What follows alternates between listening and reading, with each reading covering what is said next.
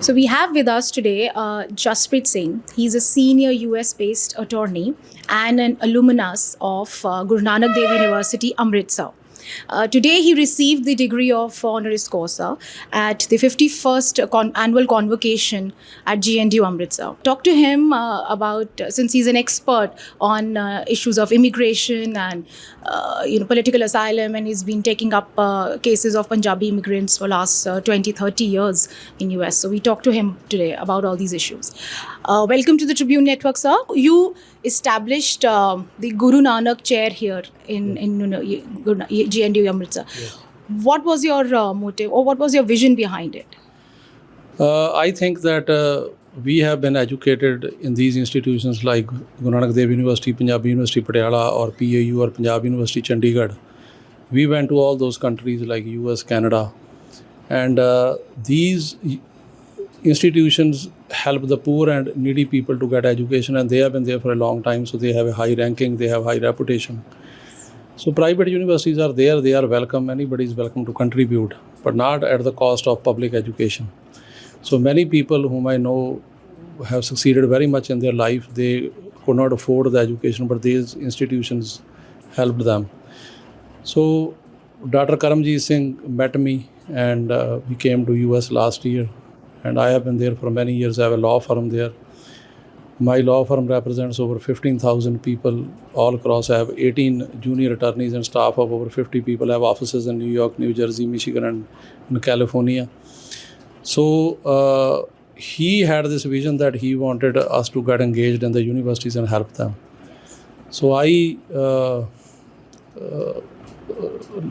like the idea, and so that we should do something for our education, because all the NRIs are worried about Punjab. They try to help them, but in different ways, like at their villages they have all those kabaddi tournaments, or they have other, they maintain the road, schools. But that is important, it's okay. But education is very, very important.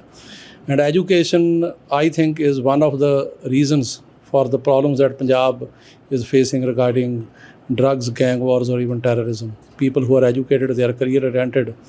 They don't fall into these kind of like traps or things. So education is the key. And so he told me that, and I also knew from various sources that the education institutions, especially the universities, they need help, because they are funded by the tuition fees, like mostly, and the government helps them, but they need the fees. So if NRIs, especially those who studied in those universities, they like come out and help them, so that will be a big thing.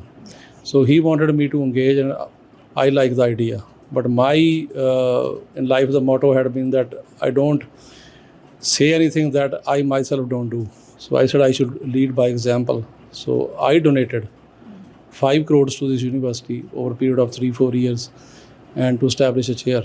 Then I also created like scholarships for about 100 students, so that if I tell other people to support and I don't do myself, so that doesn't make any sense. And so we started, and now I'm trying to engage the NRI, especially in this area like Amritsar, Jalandhar, all those areas where people like studied here, to help the university. I also studied in Punjabi University, Patiala. The Vice Chancellor is a friend of mine. He was in the US like this year. A similar program we are starting in Punjabi University, Patiala. On the 15th, we have an event there. It's not a degree, but we are launching a Punjabi program for non-speaking Punjabis, because there I am a legal advisor to 18 big Sikh temples. So they are the children who go there, who are brought up in US and raised and born. They get the education about their religion or language through the Sunday schools. But Sunday schools, they are taught by people who are professionals, but not education professionals like doctor, engineer, like myself, we teach. So, but generally the youth over there, they want to get involved in our culture, our religion and language. But most of the courses that are designed by these universities are for Punjabi speaking people. Like if I want to learn Punjabi, I should have to be Punjabi. But the NRIs or the Punjabi people who live outside, their children do not speak Punjabi, their parents do. So we wanted to help them. So he had a vision that I can do it. So I said we should develop an app, an AI-based program, where we can have a certificate course, a degree course, and all that for non-Punjabi speaking students so that they get engaged, and we will teach Punjabi language, Punjabi culture, like Sikh religion, history. It will be a secular type of a thing. But a lot of Punjabi youth are interested in Punjabi music, Bhangra and all that. So they want us to get involved in this and do that. So that's what we are doing, and I'm also like donating about 3 crore rupees for that. And that we will start on the 15th. So And if I might cut in, this AI app that you're talking about is going to be developed with the help of Guru Nanak Dev University, or is it going to be done in US, back in US? it will be with the help of Punjabi University Patiala on the 15th. Guru Nanak Dev University, like VC Saab is doing a great job. We have a 6th chair here. So here we are doing a religious course for the students there based on AI and also online courses who want to learn about Sikh religion and Sikh history. It will be a certificate course and then a degree course. And they are also developing this kind of Punjabi program. But Punjabi University, because that is made for the promotion of Punjabi, they want to do it also.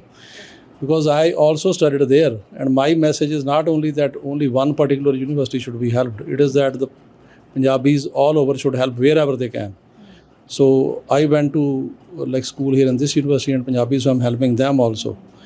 So the main purpose is to get the NRIs engaged in the development of these universities. That's what my goal is. But if I don't do it myself and tell other people to do it, that doesn't make any sense.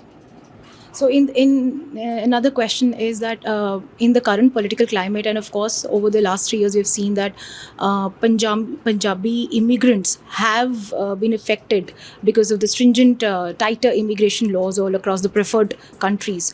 What is the biggest challenge that Punjabi immigrants face in the US for now? The main challenge that Punjabi immigrants face is all the immigration policies of this government. It's not only for Punjabis, the immigration is restricted for everybody. They are against the legal immigration, the undocumented people, all sorts of cases, marriage cases, citizenship cases, H1, E1, then L1 cases, student visas, and also asylum cases, the people who cross the border. America doesn't have that broad range of visas as there is in Canada or other places. So there the highly skilled people get H1, but H1 also is very, very tough now because the companies have to put like 100,000 down and all that. Then the student visas, they are like pretty tough, and this government wants to stop the work permits. And then there is no scope from the student visa to get converted into H1 or green card.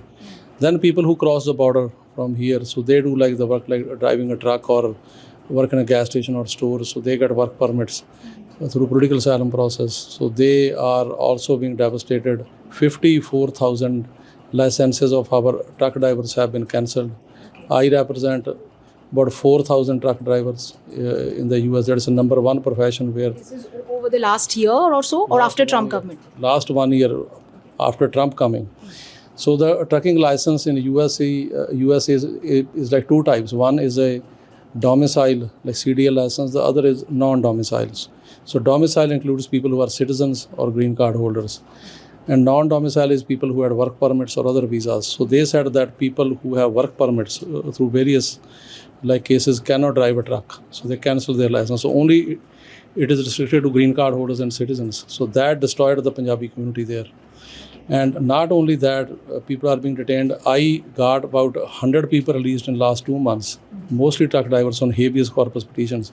We have to file a habeas corpus petition in the federal district court on due process rights and get them out. So this is like so difficult. People are being deported. The condition of the jails, the immigration detention is like really bad. And so I go to jails, represent people, but they are not good. So these government policies are very restrictive, and it is affecting all immigrants and especially the Punjabi and the Indian community. Yeah. I would close with a question by asking you, what is the biggest misconception or misinformation that Punjabi students who want to study in US have or suffer with, and if you want to clear it with them? First of all, there is no such way for green card after the student visa unless you marry a citizen or something. That also has been restricted. You have to go to countries. H1 is not possible anymore. So they have no scope of getting a work permit or a green card right now. The second is that the student visa itself can be revoked. So that is the biggest challenges now. So what is the safest way for them to get a student visa for US? No, they can get a student visa, but they have to come back after the like studies finished or some other route. They cannot get a green card through the student visa. All right. They can get it, yeah. Thank you so much. Thank you.